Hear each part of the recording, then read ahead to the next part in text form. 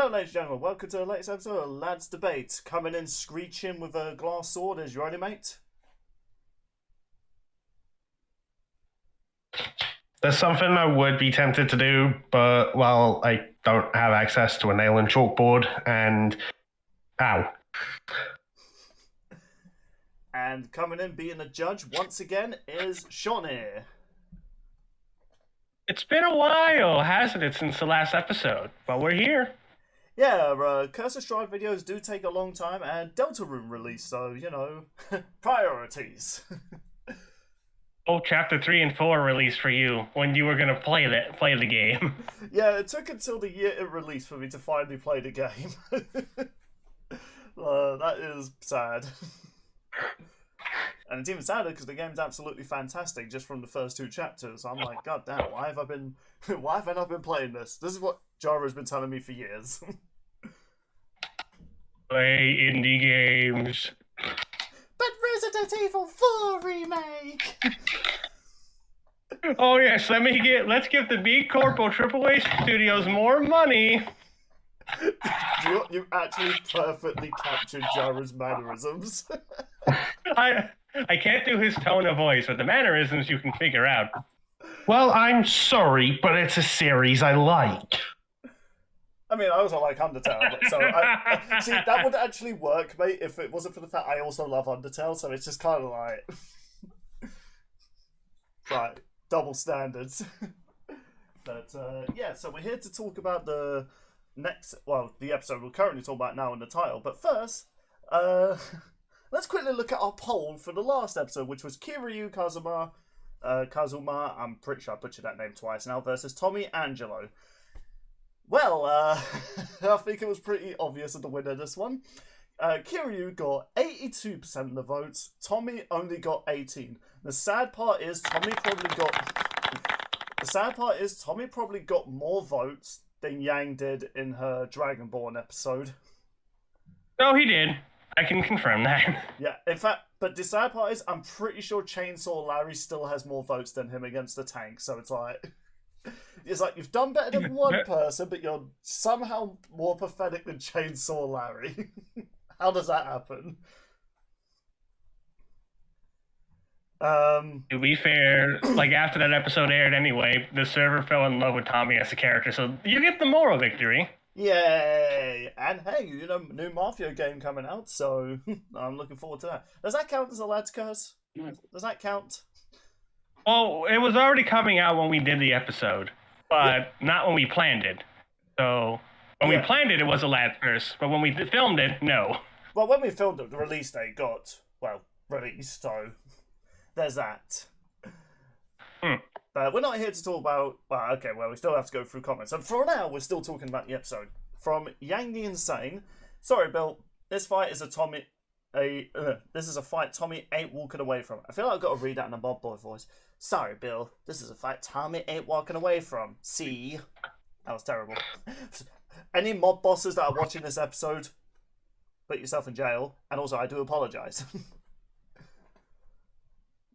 But yeah, I think it was literally after the analysis, like a bit of behind the scenes stuff. The moment Sean revealed, because it was Kiryu first, then Tommy's analysis. Yeah, the moment Kiryu's analysis was done, I was literally thrown in the towel immediately. Like, well, we're already recorded, so gotta commit.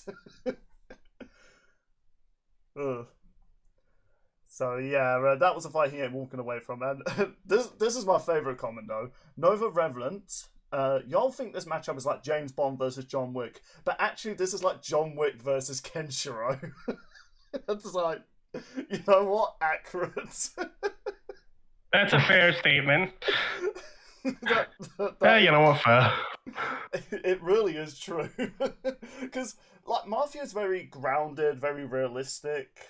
Like, you know, it's meant to play off like a movie, like a Godfather movie, which, you know, big shocker, Godfather was a big inspiration for the Mafia games. So, yeah, it's not surprising that a game series that's more grounded was not really going to compete with basically live-action anime. I mean, Jesus Christ, just seeing all those super moves, man, I was like, yeah, I'm not sure that's going to... I don't think Tommy's walking away from that. You both broke at the tiger punch, though. Yeah, like, I mean, I'm sorry, the moment you could punch a tiger into submission, no, that already beats anything that Tommy's done. From Tarok, yeah, I have to give it to Kiryu. Like, yes, Tommy has guns, but even as someone who never touched any of these games, I am 100% sure Kiryu has handled people with guns with his bare hands in them. Also, Billy talks about how Tommy could just chuck a grenade at Kiryu, but given how bonkers the series is, who's to say Kiryu can't just kick the freaking grenade back to sender? Well, about that, in the game, about that, Mr. Torok, in the game Yakuza Dead Souls, Majima actually hit a grenade back with a baseball bat. Oh my god, you're serious? Yeah, that was a real thing. Of course he did. Do you know what I'm just picturing? That Henry Stickmin scene, like, when he throws a grenade out, but he closes the door just as it bounces back, and he goes, son of a... And that's what happens. Like, Tommy's last assault, like, he's holding a wound, he pulls a grenade, throws it, and as he's going to shut the closet, Kiryu just smacks it, and Tommy's covering his ears, but then sees the grenade. He goes like, son of a bitch. But yeah, and this one, this is another favourite one, because it also goes into stuff that I didn't know about Kiryu, and as well as it brought up things about the super moves. From Lee Family, even it Tommy, Vito, and Clay against Kiryu, they still lose. Kiryu is just that tough. Plus, Sean, in Like a Dragon, Yukuza, and Infinite Wealth is implying that most of those super attacks were just incubant imaginations, because it's just him seeing how the battle goes through his mind. Does that mean his team is weak? No, because they can hold out on their own in a fight. I mean, their fight against Kiryu shows how tough this team is. Also, plus, while Tommy was playing Taxi Simulator, Kiryu was playing Taxi Simulator, Crazy Taxi, and Initial D at the same time. Play Yakuza 5. So, it's like, what the hell? So to address that point with the whole, like, imagination thing with Kiryu, I almost didn't include it, but then in the age game Yakuza, like, Infinite Wealth, to be specific, Kiryu literally does the same things as Ichiban does, and he can do it without Ichiban in the party, so it was fair to give Kiryu that logic. Yeah, I think he's more so implying that the animations were in his head, but even then, like, I also like the fact he mentions, like, oh, if you were to give Tommy, Vito, and Clay in this fight, it's like, yeah, even with their combined strength, they're not winning this fight. But, yeah, so thanks for your comments, people. I hope you really enjoyed the episode. Like, regardless of, like, the outcome of the fight, though, it was really fun learning about Kiryu, and it is invested me into wanting to check out the Yakuza series. Might give them a play next year. But, yeah, I suppose now we shall announce this episode we're working on, which is, for Christ's sake, perhaps our most hyped episode. We are doing the Meta versus Cinder, Red versus Blue versus RWBY. Two of Rooster Teeth's biggest IPs. Well, one of their biggest IPs. RWBY's now Vizzy-Pops. So it's technically Rooster Teeth versus Viz now? I guess so. Technicalities! But, yeah, like, this has perhaps been our most hyped episode. God, when was the last hyped episode? It had to have been, like, Nora versus Reinhardt, because despite I tried to silhouette the thumbnail, people immediately clocked on what the next lad's debate was. I thought it was the rematch of Heracross and Caesar, honestly. Do you know what? That was also a pretty hyped episode from a lot of people. Until Heracross versus Sizzle Part 2 comes out. Let's go! We already did Part 2. Sorry, Part 3, that's not Part 2. Yeah, I was about to say. Well, mate, you win the debate because Bill can't do simple math. Congratulations. Wait, he's going to be the one representing Heracross? Like, Sean's just done with it, like, nah, I'm good. Mate can do it. No, I think he's implying I just insta-win this. Fair enough. In which case, alright, close the video, bye. But yeah, so, yeah, just to show a few thumbnails that we got from the lad server, link in the description below. Like, Jesus, this is a highly requested YangTheInsane fight, but Jesus Christ, people went bananas when they were making thumbnails for this. Like, I think we're actually in the double digit of thumbnails. We are exactly in the double digits. Hey, this is the first time all three of us have even made our own thumbnails for it. Here's a quick little glimpse of them. Yep. Which is, I don't think ever happened before. Yeah. So, Sean, do you want to count me down to represent perhaps the most popular Red versus Blue villain? Probably the only good one. Yes, I don't know will count about you. only good one. I mean, Felix was pretty great. Okay, you know what? Yeah, we'll give Felix a pass. He was alright. Plus, O'Malley's a classic. Okay, the third best villain in Red vs. Blue. Maybe you'll convince the audience at home that he should be the first. In 3, 2, 1, begin! So, in the world of Halo, there exists the UNSC and the Covenant. And a massive war between, like, a crazy, potentially corrupted galactic government and crazy zealots. There existed multiple organizations out there trying their best to gain spoils from these wars.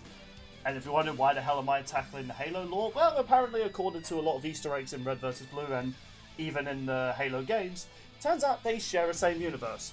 Whether that is accurate towards the Halo lore, the Red vs. Blue lore clearly shares the same continuity, so that's my reason around it. It doesn't tie into anything though, trust me. One of these organizations was Project Freelancer, headed by the director. And he wanted to create the perfect AI. What for, you could wonder? Well, in a depressing manner, he wanted to bring back his dead wife. Yeah, Red vs. Blue gets really sad on many occasions. And to gain this perfect AI, he found Epsilon. But he wanted to make... He had to do some little adjustments with this AI. He split into all sorts of personalities based on Epsilon. There was rage, love, creativity, logic, intelligence. He has quite a lot of personalities, Epsilon. And to further enhance all these like AIs, though, they would be given to specified freelancers, and one of those freelancers was Agent Maine. As soon as it loads. Sean, can you pause the timer real quick? Yes. It was Alpha. Alpha, by the way. that is correct, yeah. Epsilon was the AI afterwards. Yeah. Like smashing. Not that kind. Yeah, so once again, I'm continuing the tradition mate has put upon us. Dislike Steph battle. Oh no. Oh. Damn, dude. I mean, do you think he would have appreciated seeing his head blown off? Yeah, but he didn't have a head under his helmet. He was a ghost the whole time. Like Bruce Willis. But yeah, and once again, I am bringing back tradition. Well, I guess I'm continuing traditions. Anyway, shall we resume timer? Alrighty, in 3, 2, 1, resume. So, Agent Maine, named after many of the counties of America, many agents such as Washington... County, states, same thing. And despite Meta's, or Agent Maine at the time's, intimidating stature, he was actually kind of a decent team player, and a pretty cool guy. I mean, you know, unless you were on the other team, that is. To the other freelancers, he was actually an alright guy. He was taking bullets for his team, he was constantly, like, bantering with them. And then came the fateful day he was shot in the throat. And multiple times, like, Jesus Christ, this guy took, like, more bullets than 50 cents. I thought you were going to say Alex Murphy. That's another one. And during his recovery, though, he was given an AI that originally belonged to Carolina. Enter Sigma. Sigma was an AI who had the manipulation side of Alpha. And he was mainly given to Maine just to help him communicate. Because, big shocker, getting shot like 12 times in the throat, he kind of lost the ability to speak. So Sigma acted as a way for him to communicate. In terms of, like, abilities he granted, I don't think it's ever been stated or shown. He can pretty much use whatever armor enhancements that is given to him. Unfortunately, though, what did come with Sigma, he got a little ambitious. He wanted to become the perfect AI.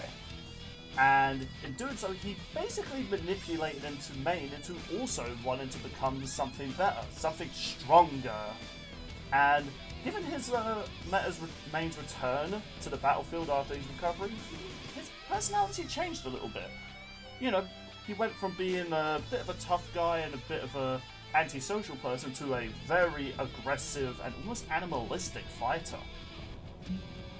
And yeah, he has a lot of feats to back up this intimidation as well.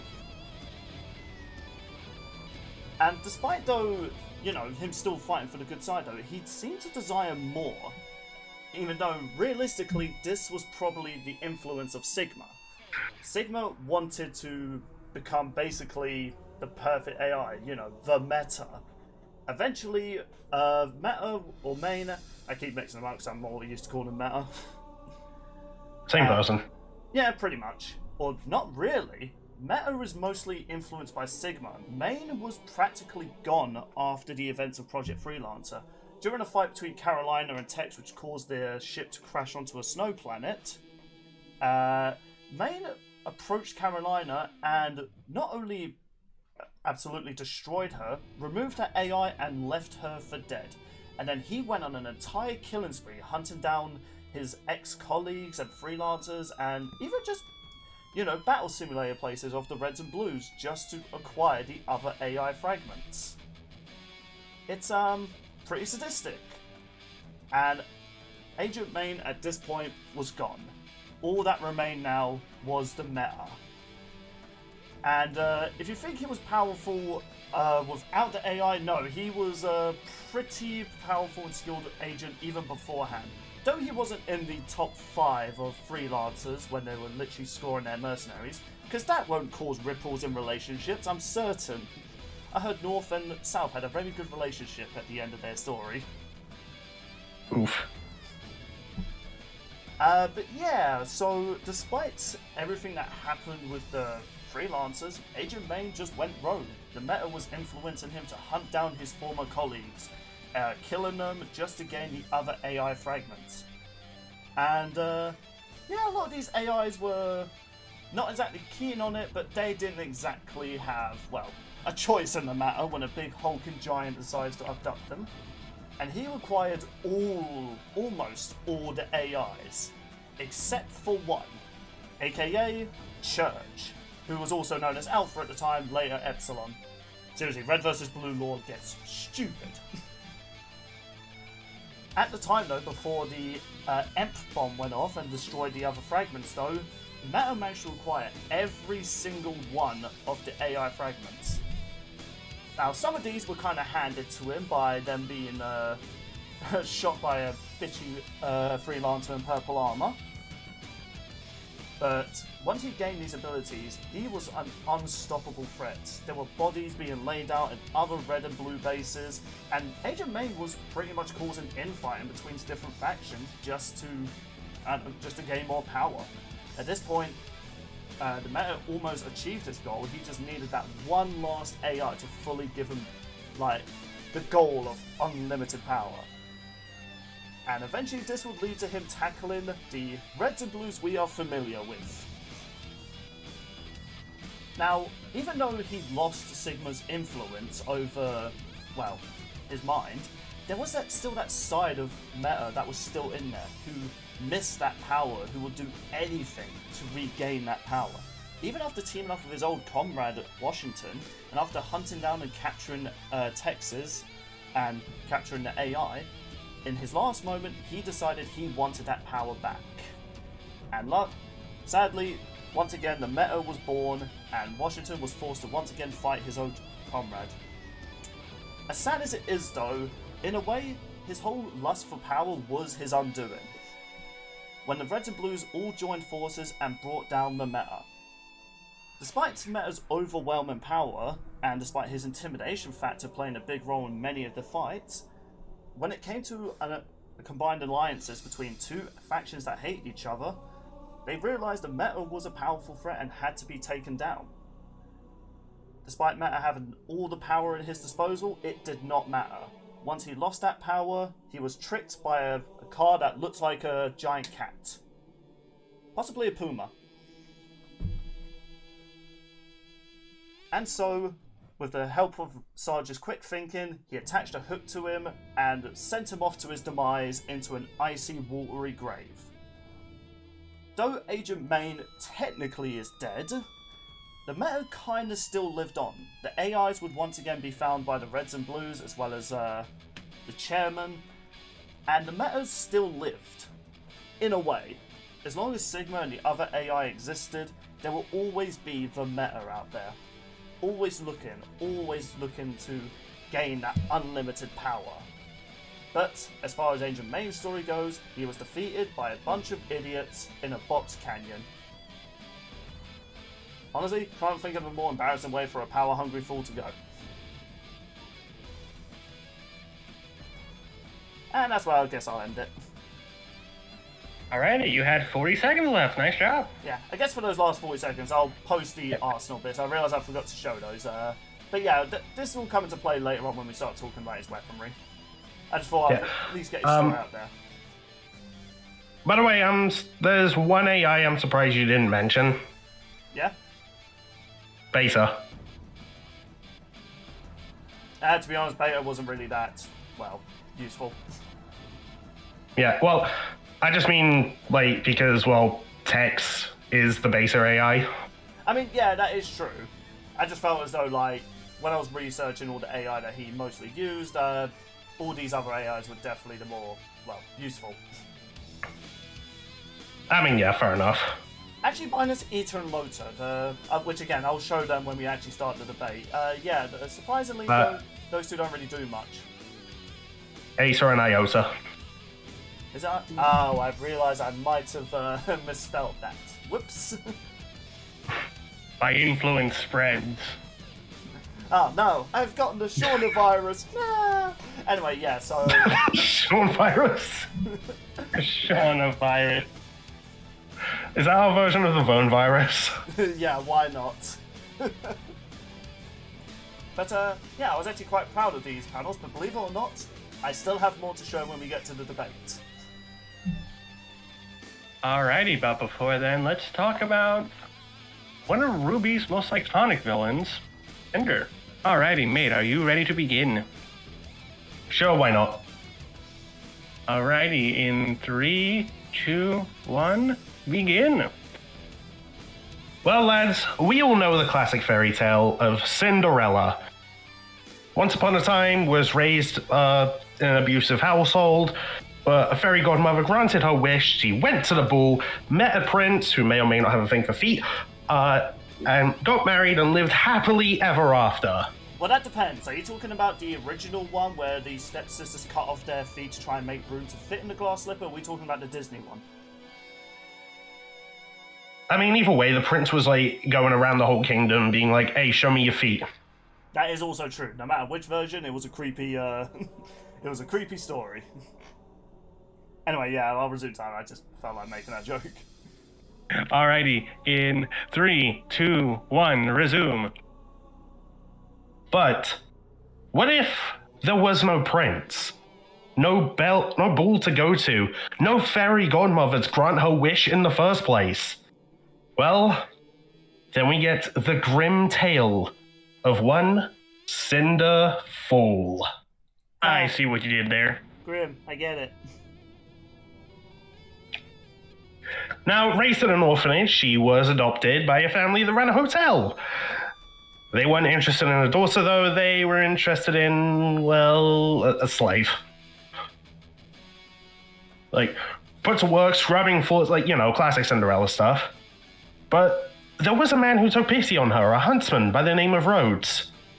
And he even could tell that she wanted a better life for herself. She wanted to be a huntress, a warrior dedicated to protecting people and the planet from any that would do it harm. So he trained her in secret in prep for the huntsman exams. Because when she turned 17, she could go and there's nothing her guardians could say. And on his on-off visits, he would train her in combat and weaponry and all sorts. Up until, well, in his last visit when the clock struck midnight, he walked in on Cinder murdering her family. Ouch. Yeah, they deserved it. Oh, yeah. But Rose had to bring her in, and, well, Cinder ended up killing him, too. Yeah, nice job training this girl how to murder people instead of, informing authorities about domestic abuse and maybe giving this kid a home that might actually love her. Idiot. RWBY universe doing something logical? Perish the thought. Dude, that's just stories in general. That is also true. Yeah. Then Cinder was found by a witch named Salem, who offered her one thing that she wanted above all others: power. And, well, she had the tools to get it. Like everyone in the RWBY universe, she has, the classic aura, which, protects her from harm, heals minor wounds. Her semblance, Scorching Caress, allows her to superheat whatever she's holding. Hell, she can even forge weapons from it, including Rhodes' own swords, which double as a bow.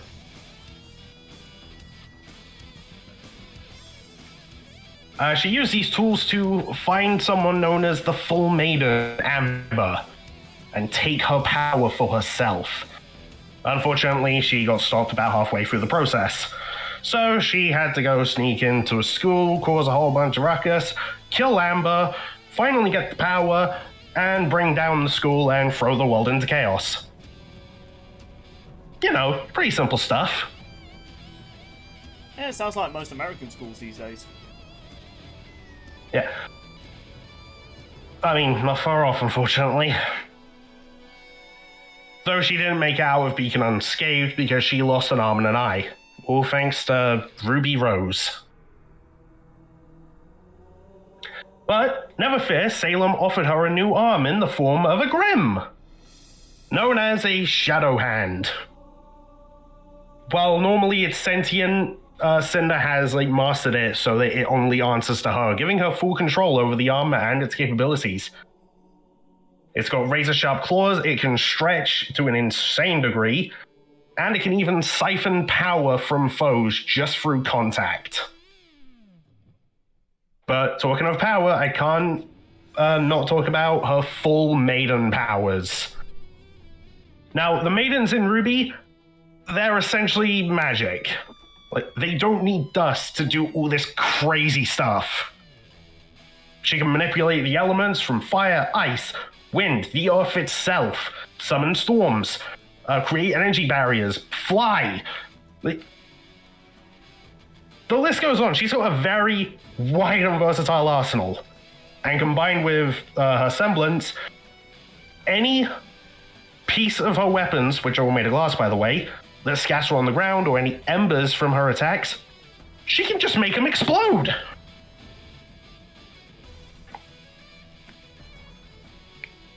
Unfortunately, she's also, not exactly immune to failure. But, well, then again, who is? Jesus.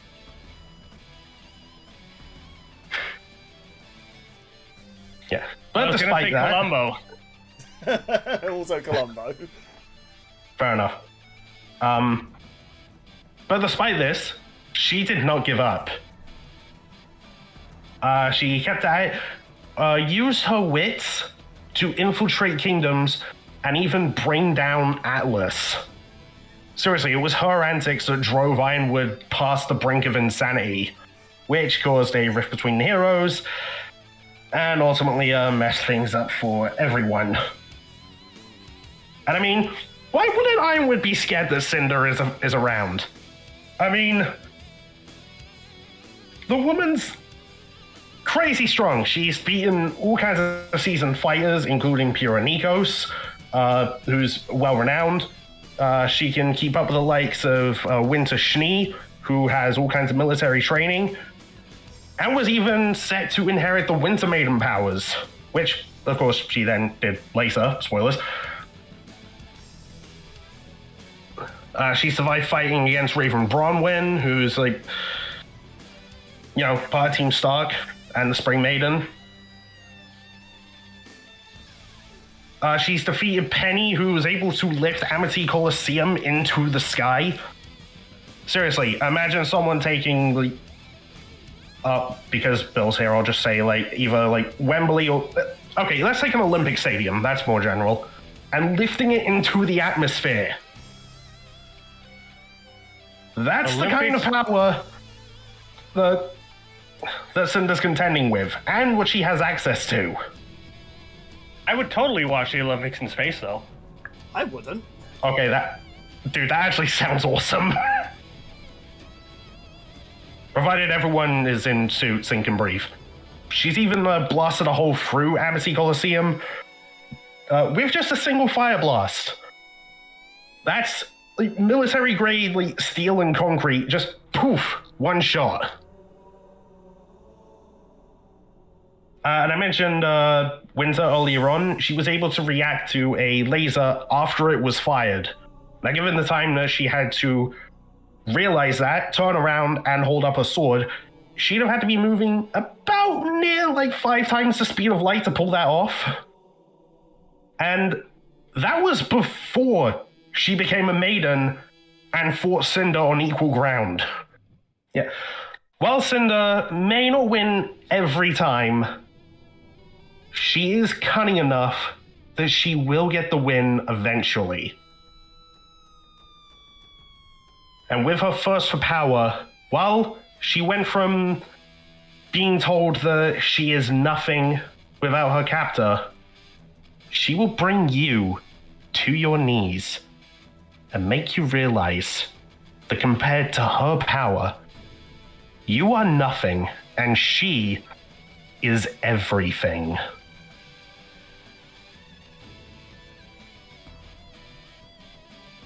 That's where I'm leaving it. Okie dokie. 48 seconds left. Very nice, both of you. All right. I've been sitting on that ender for a while. It's a good one. I bet. All right, then. So are we ready for the 25-minute debate? Or is it 20 minutes? It's been a while since we've done that debate. I'm pretty sure it was 25. 20 minutes. It's 20 minutes. It's 20 minutes. Okay. So let me just adjust that. All right. I am ready. All right. Spaghetti. Indeed. With meatballs mixed. All right. 3, 2, 1, and begin the debate. So, one thing. Well, oh, sorry. You go ahead first, mate. yeah, I was just gonna say, I feel like we can agree, like, Cinder has, like, the more varied arsenal.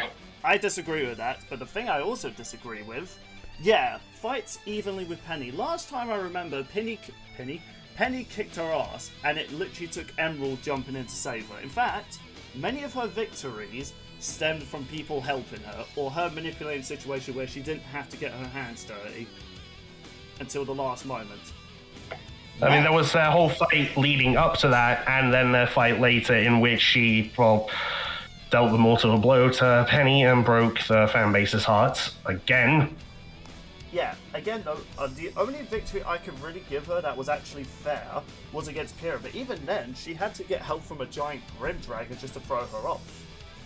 And even against Penny, once again, she was distracted and it allowed her an opening for her. Meta, on the other hand, has never needed extra help to defeat an opponent. Aside Washington, but Washington was busy getting his ass handed while, let's be real, the fight between Meta, Washington and Tex, that was mostly Meta and Tex. Washington was spent most of his time just trying to get the AI out of her. Meta was going in for the kill. And the other bit I disagree with the Arsenal, yeah, like, don't get me wrong, elemental attacks are pretty great and all, but they're not competing with all the AI enhancements that, you know, the Meta gets. Yeah, dude, I'm not even talking about just the elemental stuff. I mean the fact that she can fly, create barriers, conjure up storms. She can just make her own weapons. Does that really matter? Meta's had to deal with people with jetpacks before in the past, and, you know, the many abilities that the AI have compared to Cinder's weaponry, well done, she can harness fire. Too bad, you know, the armor that the Reds and Blues and the Meta wear are capable of surviving atmospheric re-entry. A couple fireballs is not penetrating his armor. And even on top of that, like, he also has, like, the ability that, well, let's say Cinder tried to do her whole crafty thing of, ooh, I'm going to try and make it so I can get the jump on you. Yeah, thanks to an adorable little, I'm not sure I've actually posted it here, sorry, but one of the AIs that he has is capable of detecting people with motion trackers. So Meta's not gonna get jumped by Cinder's like trickery, and yeah, the other thing I would also argue. Yeah, I was wondering when you bring up this AI thing. It's demonstrated when Carolina was with Epsilon, and time was like super slow. So I will give you that. It is totally possible the AIs can will call out any kind of threat. However, it's still up to Maine Meta to react to it, kind of like Spider-Man Spidey sense. Hell, despite having that advantage, Carolina still got shot and stabbed. So, just because they can see an attack coming doesn't necessarily mean they can dodge it in time. What if they don't need to dodge it? Meta's one of those characters, as I said in the analysis portion. He has high pain tolerance. You mentioned the whole fire thing.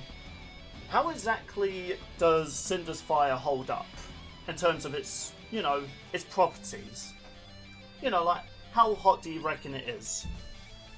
Well, it's hot enough to burn through military-grade metal. Well, here's something interesting. So, at one point, Tucker managed to stab the metal with a plasma sword. Do you know how hot a plasma is? Roughly, yeah. Yeah, depending on which variation you go with, but even the most minimal ones can reach over 100 million degrees Celsius. That was lodged in his chest, and he just straight up grabbed Tucker and punched him in the face while it was still in his chest. So even if Cinder did manage to penetrate through that armor, yeah, she is not going to be able to walk away from punch. And the thing we can agree with, Meta's clearly stronger. And do you want to know how I say he's stronger? So, there was an explosion the Reds and Blues had to survive in the Season 3. Now, of course, I didn't go by the original footage, I decided to go with the remake / HD version to kind of get this feat, and I took measurements. We know canonically the Reds and Blues fights on one of the installations. It's meant to be a secret project. Now, the bomb that Sarge actually says is meant to be a 10, or I think he said 15 megaton bomb. And he always said 10, he just said 50 for, I don't know, some reason, but then got corrected by Simmons. Yeah, well, thanks to them using footage of the actual installation blowing up, I can confirm that is not 50 megatons or even 15. Do you know what it is? 10 oxillion megatons. That's right, that explosion that could be seen in the Reds and Blues, that explosion was actually far greater than what even Sarge did. Now granted, it's not a surprise Sarge made a mistake, because, well, he's an idiot that could somehow build machines. So, I'm going to pause the timer real quick to say a couple things. First of all, I think this is the new record for highest number shed on lads debate. Congratulations, Bill. Yeah, to be honest, and also, I asked my friend this, surprisingly not Jaru, I asked one of my Halo friends, and I was just like, okay, I had to ask, how big is this explosion? Because apparently it's meant to be 10 megatons, and he was like, let me link you to a video that actually shows you how much it is. Oh boy! Also, Bill, would you say that's a generous highball, though, for Meta, considering multiple people have to survive the explosion and we don't know where Meta is? He wasn't there. No, he wasn't here, but when you unpause the timer, I'll go and explain it. I don't think it's fair to explain why this is important. Okay, so the pause timer. Alright, so I will let you continue on your point then, Bill. Go ahead. Alright, so, as I was going to say, now you may be wondering, Bill, Meta wasn't in the epicenter of this explosion, nowhere near it. Well, he was able to damage in Agent X. Why is this important? Because she was in the epicenter of this. Yeah, and thanks to his raw strength, he was able, penetrating through her armor, to get to the AI fragments. Now, if you want to say, okay, well, that was Tex at the time, and, that's not an accurate depiction of Meta's durability. Yeah, that's fair enough. However, one, you could argue Meta's armor is a more enhanced version because at the time that explosion happens during the Red Halo 1 saga. Thanks to his bubble shield, he can survive city-side nukes. Like, the bubble shield has been shown consistently in every source of media, Reds and Blues, Halo. It can survive nuke and even planetary explosions. So he definitely has a way of avoiding many of Cinder's abilities. Even then, her fire's not even that powerful. It's not reaching this level of power. I don't know if I agree with planetary. No, the bubble shield has actually survived planetary explosions in Halo. All right, well, here's I question where was that for Chiefy Doomslayer? It was on a different spot, and it was not part of his arsenal of comic books. I mean, Chief is Chief, he'd scale. Yeah, I guess. I don't think it would help. But anyway, that's not about that debate. So, sure, what were you going to say? Well, here's an interesting question, because, like, technically, aura can regenerate over time. Remind me, can Meta's armor recharge its shield over time? Not the bubble shield, but, like, the natural shield, kind of like they were talking about with Chief and whatnot. Is it the same armor, or is it, like, different? Well, the Spartan armor... wait, if you pause the timer out of curiosity, because I feel as though if you're asking a question... Yeah. Okay, time. Yeah, it's okay. We're at 11:50. Okay. I can chime into this as well. Okay. Yes. Now, depending on how much energy he uses, it can regenerate either really quickly, or it could take a few hours. But he has to use a lot of his power to do that. Yeah, like, there's even a whole episode where, like, he has to retreat and, like, charge up because his suit, like, all the armor enhancements, all the AI consumes a lot of power. But I knew you were going to bring that up, but do you know what my counter-argument to that was? Hold on, let me resume timer then, if you're going to go back to arguing. Yeah, sorry. Go ahead. Yeah, that's because he was spent days hunting down and taking out Reds and Blues settlements. He had to eventually recharge that. I'm just going by what was said in, like, one of the recollection series. Yeah, he was going on, like, weeks of massacring multiple soldiers and stuff like that. Soldiers, quote unquote, just idiots in canyons or abandoned factories. So, yeah, he could go on for, like, days using these powers. Cinder, on the other hand, I'm not sure if you brought this up, when she got her ass handed by Raven, she was out of commission for, like, a day. In fact, she was scared that she would be found, and she was frantically looking over her shoulder because, one, she was depleted of aura. And that's the other thing. Yes, Maiden powers are magic. They still require aura, though. Without aura... They don't. Yeah, they do, because there's been times that Maiden... No. It is specified. Assuming the Maiden loses their aura, they can still use their Maiden powers. Okay, but here's a question though. Oh. How comes they're still knackered on the floor and don't try anything when it shows the aura depletion thing? Lazy writing. Maybe. Every show has it in some regard. Yeah. Hell, I could even say the same thing. Like, how come the Reds and Blues survive this bomb, which is as big as you put it, but a single bullet can take them out? I'm gonna pause the timer and have a question for Mate. Going back to the previous question a little bit. Hypothetically, if a Maiden does use all her powers and her aura, does the aura take longer to recharge than normal, or...? I mean, we don't really see how long it takes to recharge. Like, the closest we've seen is Jean taking a breath and his aura, refills. It's during the Volume 7 training scenes. So, hypothetically, the aura would recharge at the same pace even with Maiden powers? Yeah.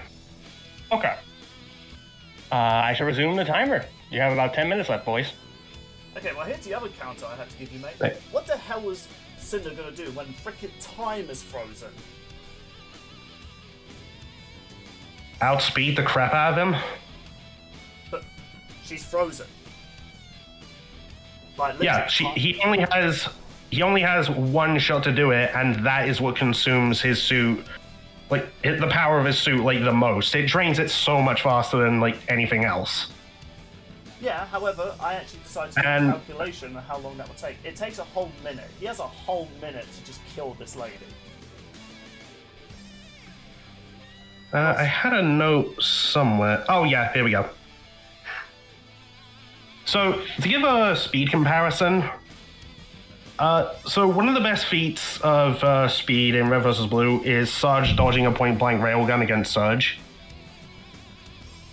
Now, this is long after Maine is dead, so, yeah, but, you know, I think it's fair enough to scale him to it. And a railgun usually fires at a rate of, like, 16,000 meters per second, or, like, Mach 46. Comparing that to the speed at which Cinder reacted to that, Winter reacted to that laser, this would make Cinder over 93,000 times faster. Oh yeah, like, I will gladly say, Cinder is certainly faster, but that's all I can say she has. Like, okay, her main weapon is made of glass. Yeah, she has that ability where she just keeps on respawning it. But what? Yeah, it's also... Oh, sorry, go ahead. Well, it doesn't even matter if say you block one of her arrows, it will break apart, but, like, reform on the other end of your shield. I mean, and still hit you. Hell, she can even manipulate the glass to, like, you know, come back around and still hit you. Like a boomerang. Basically. Again, though, you have to remember, again, Meta could just activate Bubble Shield. He can even just go invisible, sneak up on Cinder, and just snap her neck, because there's been times characters in RWBY have been hurt while their auras are still activated, even shedding a bit of blood. Alright. So, surprise! I actually want to clarify... Oh, sorry, go ahead. I want to clarify a difference here real quick as I pause the timer, Bill, for something you brought up. What's the difference between the regular bubble shield and the bubble shield armor you brought up in the abilities? As you label them as two separate things. Oh, do I? Specifically, for Theta can deploy a bubble shield, but Delta deploys bubble shield armor. Now, What's the difference? I was actually going to say that for later, but I guess I'll bring it up now since you asked. So, he can actually activate the bubble shield around himself, so it shields him, of course, or Theta could just, like, deploy that around people and trap them. That's not been shown. It has. It was shown in the Freelancer Project saga. When? When they were infiltrating a base, and I think it was North who did it. He said, I want to try something. And he deployed the shield around these snipers, and one guy was like, I've got this, shot the shield, and it deflected the bullet around, killing them all. Oh, yeah, no, that was because he threw it. Yeah, but that's what I'm saying. He could deploy that He shield. actually had to, like, you know, get rid of the... Like, the way you made it sound, it made it just sound like, oh, yeah, like, mentally you can just be like, there's a spot, deploy it there. No, I didn't say that. I just like, said... no, he actually had to throw his unit to it. That is true. Okay, so... It still shows that he could just, like, trap people in a shield.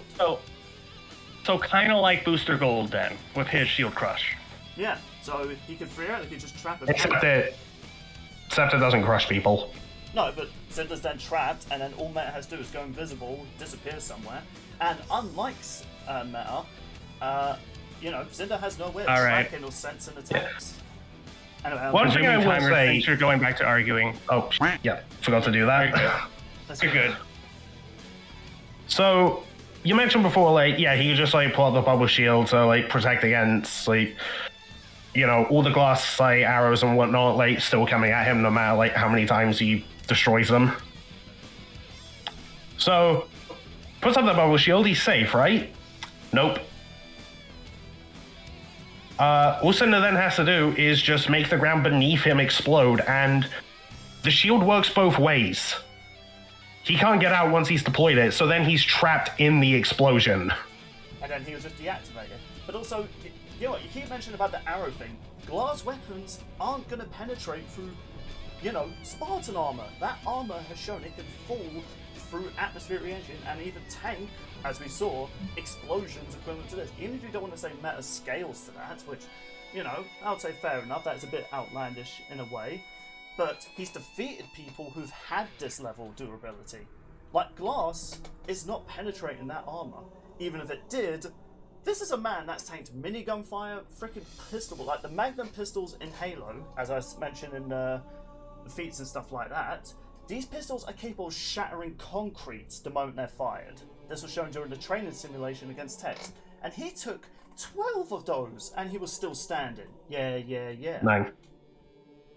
I swear it was 12. But either way, he took many of those shots and was still kicking. I mean, he nearly died from that. Yeah, but he managed to make it to the ship before he died. Many times Cinder has had to... Because he was found and collected. That is true. However, Cinder has rarely ever gained a proper win. Meta has actually accomplished beating Tex and Carolina. Sure, Carolina would have later be revealed when, when she's at her max potential of Epsilon, she could defeat the Meta. At the time, though, despite her being, at the time, near the top until Tex came around, Meta managed to defeat her. And even against other agents, he's... It wasn't really defeating her. It was more so, she got thrown out of a spaceship, then Meta just, walks up to her, and Carolina thinking, oh, here's Maine, my friend, to give me a hand up. Wait, what are you doing? Rips the AI out of her head and throws her off a cliff. It wasn't a fight. Okay, fair enough. But at the same time, though, he's managed to incapacitate Caboose. That guy that managed to plow through, giggity, an army of Texas with ease. In fact, here's the thing I also want to say. Let's say you take away, both these guys have exhausted all their arsenal. They've drained all their aura, their magic, they've drained their AIs and their ammunition. Meta easily overpowers him. Cinder has never shown any proper physical strength. She is not punching through Spartan armor. Heck, I don't think you can actually, Well, the Maiden magic, it doesn't, deplete. She can just use it. Has there ever been an It doesn't matter. When her aura... It doesn't matter if her aura is gone. She can still use it in a fight. Okay, then why didn't she stop herself falling when Raven knocked her out of her aura? Well, she was coated in ice.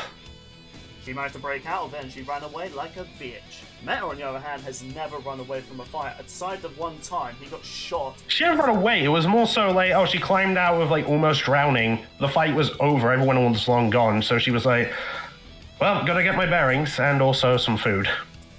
Nah, listen, even...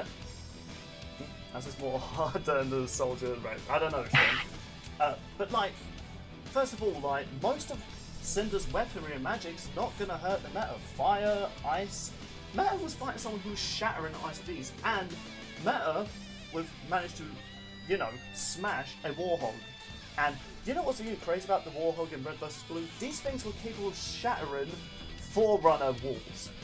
Forerunner technology. And why is that impressive? Well, the Halo rings, when they fire their rings, just one of those is the equivalent of a supernova. So the rings got to be quite durable to be able to pull off that type of energy. And Sarge's Warhog shattered right through that sort of, forget military grade. Forerunner technology beats for military tech.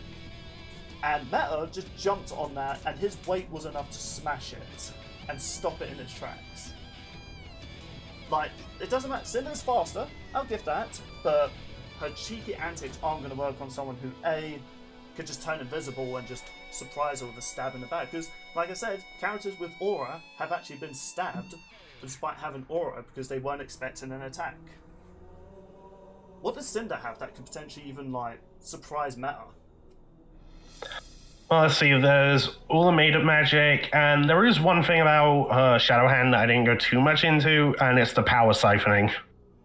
Mm-hmm. All she has to do is make physical contact, and she can siphon power. How's she getting through the armor? I'm gonna... Hold on. I don't know, I'm gonna pause stab him with the claws, or even just grab him. I'm gonna pause this real quick. Mate, is the power siphoning mostly electronical based or more so aura and energy based? It's not really defined, though the times when she's used it, it's more so trying to drain Maiden power, which is tied to someone's aura in the sense that that's what it's attached to, but not dependent on to use if depleted. So essentially she could suck up someone's soul. Okay. I shall let... And I should mention, a plan that Iron Will and Osmond had when Amber was on death's door, there's no telling what would happen if she died, if half her power was missing. Would it just go to her attacker? So they wanted to give it to Pura by transferring Amber's aura to Pura. So it's aura based, like I said. Yeah, but as I keep saying, even if it's depleted, she can still use it. To its full extent, though? Well, let's resume timer for about 30 more seconds, and you guys will have 1 minute each to make your final cases in 3, 2, 1.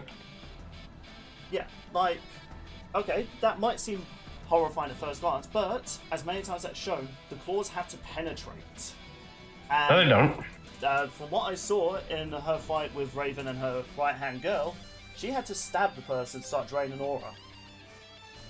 Even then... She did not have to stab Raven. Well, even if... What she did was grab her by the neck. Okay, but... Hell, she even did that with Penny beforehand. She just grabbed her face, and then she could start doing it. Fair enough, but Meta doesn't have aura, and not only that, he's... No, but he still has a soul. He could easily overpower Cinder, though. That's the thing. Doesn't matter if you could grab him. The arguments, I'm going to ask you both to stop. You have 2 minutes left. You will each be given 1 minute to make a final case, uninterrupted, about why your character wins. Let's do this. We are going to start with Bill, since the episode is Meta versus Cinder. I will say this, I'm not sure who YangTheInsane is rooting for, but depending on who Sean votes for, one of us is getting screwed over. Regardless, Yang's gonna Yang's gonna be mad at me regardless of who I vote for. Yeah, let's be real here. Like, me and mate are fine. Sean, you're the only one that's losing. I'm screwed. Yeah, That's why whenever like someone messages me like, "Oh, how did like this person win a lads today?" I just say like, "I don't know, blame Bill or Sean. They're the one who voted. They're the one who decided." Alrighty, Bill, you have 1 minute to say why the meta should win. Are you ready? I is ready, fam. In 3, 2, 1, you may begin. Like, look, I would definitely agree. Cinder is most likely faster. That's literally all she has. Even with that power sign, even if we have to assume it goes by the aura, she has to have a good grip on someone, and all Meta has to do is just grab that arm and tear it off. Cinder is nowhere near as strong as Meta. She relies on cheat tactics and any sort of way of winning. Meta will use cheat tactics and his force. Like, he talks shit, and he has the power to back it up. Plus, you know, bubble shield and trap her, leave her with an explosive, simply just like stab her with his like brute shot, or even just simply stop in time and snap in her neck. Or even just put her in a loop where if he does somehow get treated a lethal blow, Gamma could just keep on doing a time loop until eventually he wins. As much as Cinder may be someone who looks at people beneath her, in this fight, she's going to finally feel the power of the meta. And he is coming. Wait, I wanted that to sound bad. Time's up! I wanted that Time is up, exactly. I wanted that to sound badass. Instead, that just sounded so wrong. Alright, mate. You have 1 minute to say why the meta shall fall against Cinder. Are you ready? Cinder's Sure. getting that 12-inch of Maine. Alrighty, in 3, 2, 1, begin. Okay. So you mentioned ripping the arm off. The arm can regenerate, so there's that. Cinder has all kinds of training, enough to keep up. She's a hell of a lot faster. She has flight, which can give her control of the battlefield. She can control the elements around them, just make the ground beneath Maine explode, like trapping him within his own bubble shield and just trapping him in an inferno. Or could even just do what she did to Pura. Just flash fry him in an instant. Armor and all. Pura was wearing armor at the time. Just throwing it out there. Plus, she still has ice powers, and there was one instance where Weiss was able to freeze a Grim from the inside out, so who's to say that Cinder couldn't do the same thing?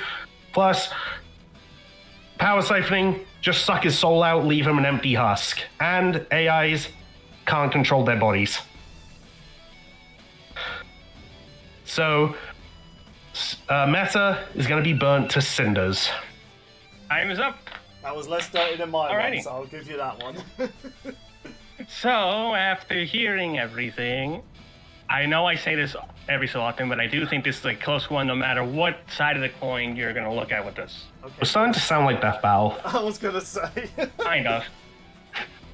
Well, let's start with the two obvious categories that you two kind of agreed on. For example, Cinder is definitely faster. Even going by our episode Nora versus Reinhardt just proves that alone, considering how fast Pyrrha is. Yes, she technically needed something to distract Pyrrha, but it's still way faster than any Maine has had to go up against. And for like raw strength and power, that's easily the meta. Even if you don't want to take the whole text feat all by itself, like the bomb feat anyway, Maine has still, from what it sounds like, ripped the AI out of the armor itself, and that armor is extremely durable, as we've seen in Chief versus Doom guy and Doom Slayer, which is above which I believe the numbers are above what the number May gave for Penny.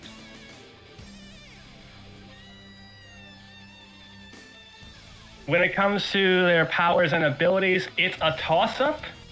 But considering Meta would have to recharge after an extensive use of using all his powers, whereas Cinder can at least use her maiden powers outside of Aura, I would give the powers and abilities to Cinder just for the fact that she can still use them if she's depleted, and Aura recharges faster than if Meta were to use all his abilities at once.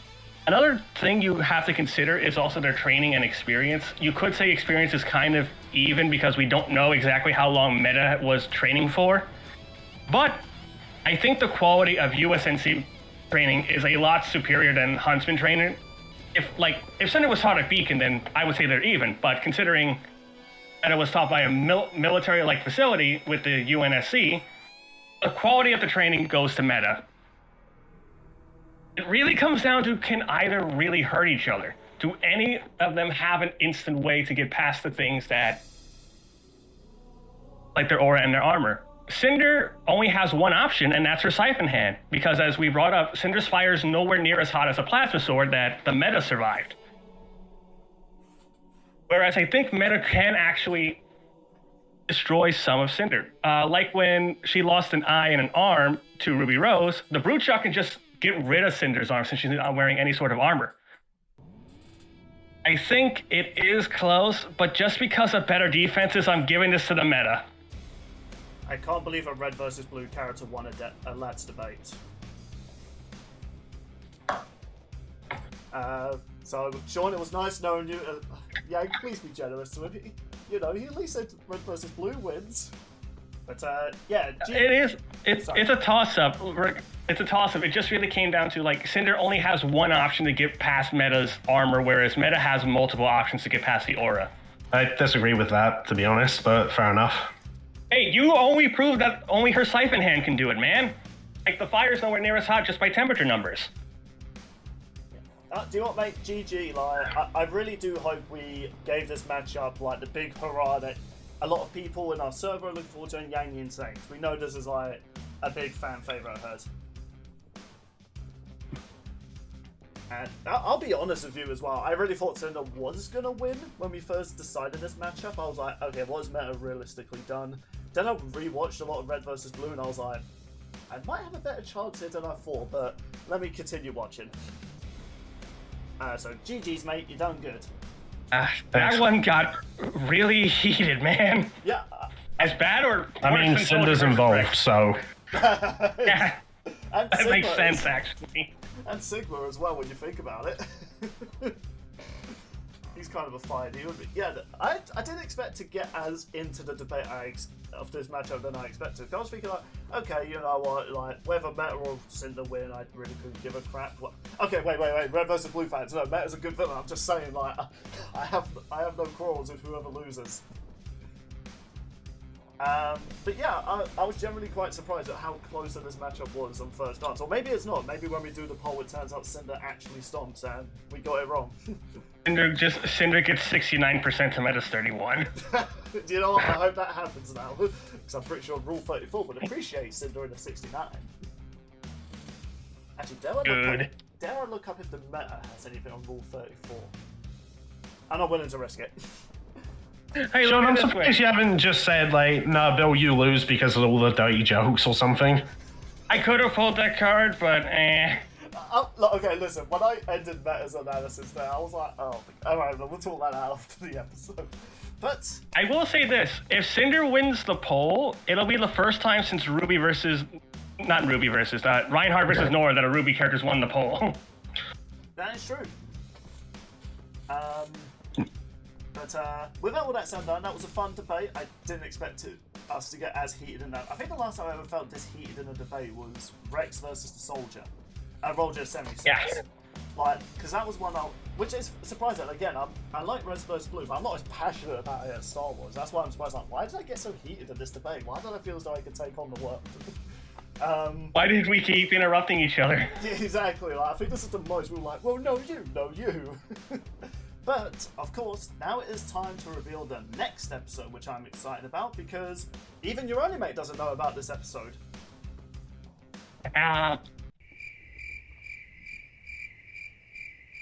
Okay, I was expecting a were, but okay then. No, I was just waiting for you to say it. No, fair enough. I was hoping to get a reaction out of you before I say it. But yes, this is an episode, like, he's probably expecting the one we have on our list, but me and Sean talked behind the scenes last year, because we want to surprise both him and the audience with this matchup. People, this is not a battle between fictional characters. We are doing Japan's samurai versus the English knight. That's right, real warriors. It's time to do a Dream Deadliest Warrior episode. Oh, that. Yeah, because apparently Pirates versus Knights was more interesting of a debate. Apparently. The UK are still salty that the Pirates won. I mean, to be fair, I think they've even gone ahead and said, yeah, they don't agree with that episode now. But, yes. I was gone. But yeah, so we are doing, because none of these warriors have ever met each other in real life. I mean, granted, knights were kind of becoming a thing in the past during the samurai era, so, you know, big shocker. But yet, people, we're doing East versus West, or I guess with the title here, West versus East. Actually, no, East versus West, yeah. East? Okay. I thought you said Weast. Weast? What kind of compass are you reading, mate? That's West. It's a SpongeBob quote. Leave me alone. No. Oh, I was finishing. No, that was part of the SpongeBob quote. That was the next line. West? What kind of compass are you reading, lad? This one, sir. That's West, Patrick. You're fired again. Yeah. What kind of compass you looking at? This one. That's West, you idiot. You're fired again. Yeah, it was still part of the quote. Don't worry. That's what I was getting into. But yeah, so we're doing samurais versus knights. And the only thing I will reveal is that I was quite surprised of a weapon that is actually in the knight's arsenal. Because I was like, I was certain they didn't introduce this yet, but colour me impressed. But I'm sure Sean's picked up a few things for samurai. Yeah, so Sean's doing samurai, I'm doing the knights. I mean, one, I'm British. It would just feel weird if I didn't represent the knight. Then again, I guess if mate represent the knight as well, it still would feel accurate. And even though Sean's not Japanese, yeah, he did play that Japanese-themed Pokemon game, so it counts. Pokemon Bushido is such a great game. It's a surprisingly good game. I actually played it myself after your Let's Play. It's actually really good and surprisingly difficult. You can't cheese that game. Oh, you cannot. Nope. It's like, you better get to grinding, son.